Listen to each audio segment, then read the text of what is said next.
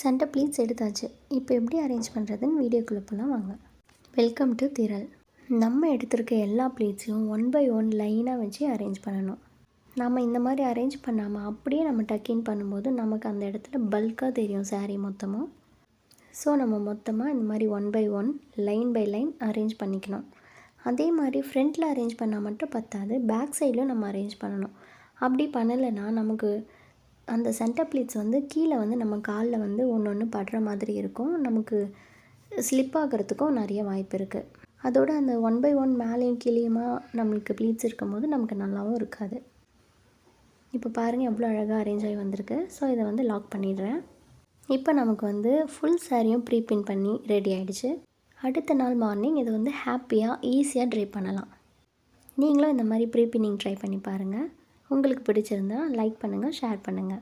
உங்களோட சாரியை ப்ரீபின் and pre-pleat பண்ண திரையில் காண்டாக்ட் பண்ணுங்கள். தேங்க்யூ.